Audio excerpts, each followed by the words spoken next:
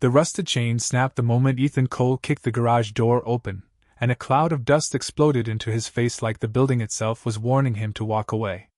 "Dad, this place is scary," his 8-year-old daughter Lily whispered, clutching his hand tighter. The abandoned garage stood at the edge of town like a forgotten corpse. Broken windows. Oil stains black as dried blood. Rats scratching somewhere in the walls? A faded sign hung sideways above the entrance, swinging in the wind. Mason Auto Repair.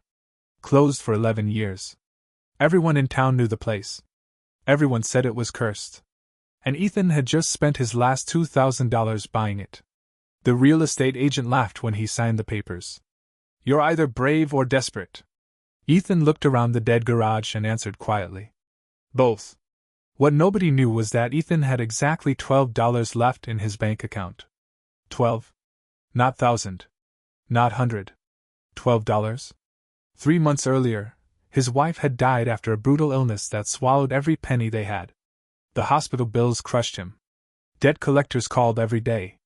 The landlord threw him and Lily out of their apartment after he missed rent twice. He lost his mechanic job a week later.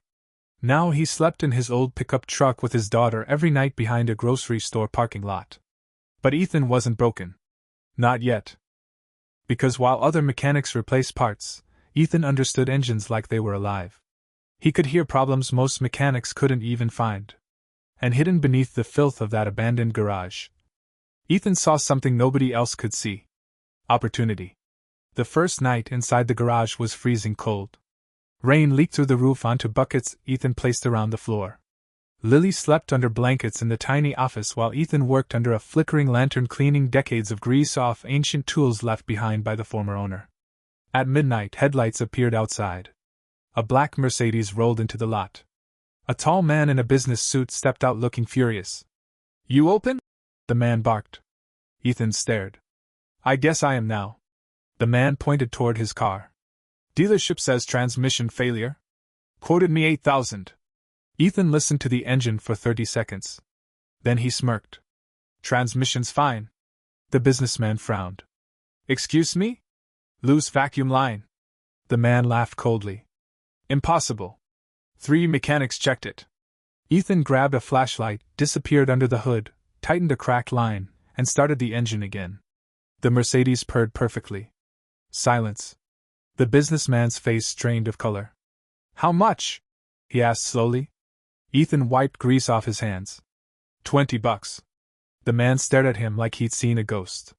"You saved me thousands. 20's enough."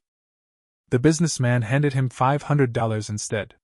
Then he looked up at the broken garage sign. "What's your name?" "Ethan Cole."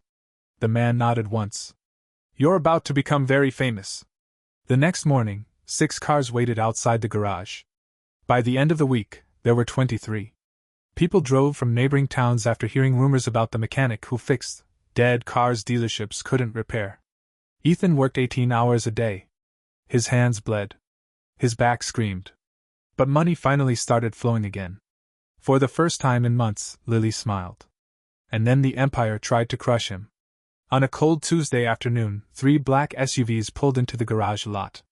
Men in expensive suits stepped out. At the center stood Victor Langford, owner of Langford Automotive Group, the richest dealership owner in the state. Victor looked around the busy garage with disgust. "So you're the miracle mechanic." Ethan kept working under a Mustang hood. "What do you need?" Victor's eyes narrowed. "You're hurting my business." Ethan laughed softly. "By fixing cars honestly?" Victor stepped closer. "You think customers belong to you now?" "I think customers belong to whoever doesn't scam them." The air became deadly quiet. Victor smiled. But it wasn't a friendly smile. It was the smile of a predator. "You have no idea who you're talking to." Ethan stood slowly, oil dripping from his fingers. "And you have no idea how tired I am of rich men threatening poor people." Victor's smile vanished.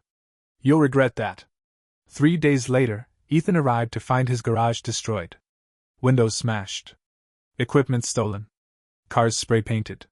Someone had even poured sugar into customer gas tanks. Lily burst into tears when she saw it. Ethan stood frozen in silence. Then he noticed something. A security camera across the street. His eyes narrowed. The old liquor store owner walked outside slowly. I copied the footage before someone tried deleting it, the old man whispered. Ethan watched the video that night. Black SUVs. Victor's men. Clear as daylight. But when Ethan took the footage to police, they refused to act. Victor owned half the town. Judges owed him favors. Politicians took his money. The message was clear. Stay down. Instead, Ethan did something nobody expected. He uploaded the footage online. Within 48 hours, the video exploded across social media. Millions watched. Millions became furious. Corrupt dealership attacks single-father mechanic. News channels arrived. Customers flooded Ethan's garage. People lined up for blocks just to support him. And then something unbelievable happened. A woman named Sophia Bennett walked into the garage. Everyone recognized her instantly. CEO of Bennett Motors. One of the largest automotive companies in America. She walked through the damaged garage silently while cameras followed her. You're Ethan Cole? She asked. Yeah. She stared at an engine he was rebuilding.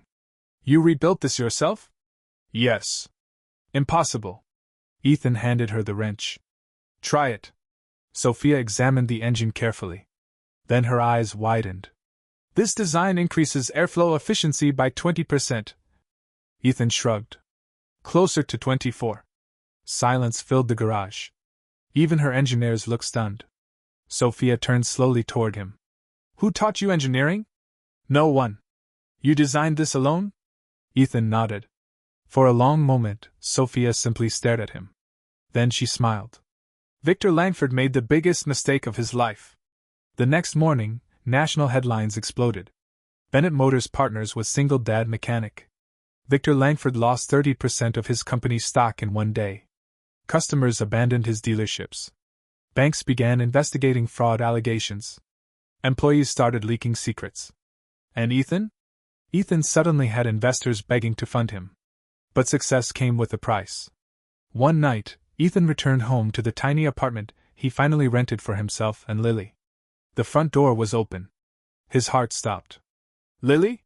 No answer. He ran inside wildly. Furniture overturned. Glass shattered. Then he heard crying. Closet. Ethan ripped the door open. Lily collapsed into his arms sobbing. He came here. Ethan froze. Who? The scary man from the garage. Victor. A note sat on the kitchen table. You should have stayed poor. Something changed inside Ethan that night. Fear disappeared. Completely. The next morning, he marched straight into Langford Automotive headquarters. Employees watched in shock as Ethan stormed through the building covered in grease-stained work clothes. Victor sat inside his massive office smiling smugly. You have courage, Victor said calmly. Ethan locked the office door behind him. No. I have a daughter. Victor leaned back confidently. You can't touch me. Ethan tossed a folder onto the desk. Victor opened it. His face instantly turned pale. Financial records. Illegal offshore accounts. Bribery payments. Tax fraud. Every secret. How did you get this? Ethan smiled coldly. Turns out your employees hate you. Victor lunged upward furiously. You think this ruins me? Ethan stepped closer. No. Then he pointed toward the window. Police cars flooded the parking lot below. Victor's face collapsed in horror. That ruins you. The empire fell within weeks. Victor Langford was arrested on 27 federal charges. His dealerships shut down. His fortune vanished. And the abandoned garage everyone once mocked. It became the heart of something massive. Sophia Bennett invested millions into Ethan's ideas. Together they launched Cole Motors. Not luxury cars. Not overpriced nonsense. Reliable vehicles ordinary people could actually afford. And customers loved them. Factories opened. Workers got hired. Small towns came back to life. Within 5 years, Ethan Cole became one of the youngest automotive billionaires in America. But the moment nobody forgot happened during the grand opening of the new Cole Motors headquarters. Thousands gathered outside. Reporters screamed questions. Cameras flashed everywhere. Ethan walked onto the stage holding Lily's hand. The same little girl who once slept beside leaking rain buckets in a broken garage. The crowd erupted cheering. But Ethan stayed quiet for a moment. Then he pulled something from his pocket. An old rusted wrench. The very first tool he found inside the abandoned garage. The audience fell silent. Ethan raised the wrench slowly. People laughed when I bought a dead garage for $2,000. The crowd listened carefully. They said the building was worthless. His voice cracked slightly. They said I was worthless too. Lily squeezed his hand tightly. Ethan looked at the massive headquarters behind him. Thousands of employees. Hundreds of cars. An empire built from pain. Then he smiled. But sometimes the world throws away things that only need someone willing to repair them. Silence. Then the entire crowd stood screaming and clapping. But at the very back of the crowd, unnoticed by almost everyone, stood an old man with tears in his eyes. The original owner of Mason Auto Repair. The garage Ethan bought. He walked forward slowly after the ceremony ended. You kept the place alive, the old man whispered. Ethan smiled softly. No. He looked toward Lily laughing beside the new cars. You saved us first. The old man handed Ethan a faded photograph. A picture of the garage from 50 years earlier. Packed with customers. Full of life. On the back were handwritten words. Real mechanics fix things people give up on. Ethan stared at the sentence for a long time. Because suddenly he realized something.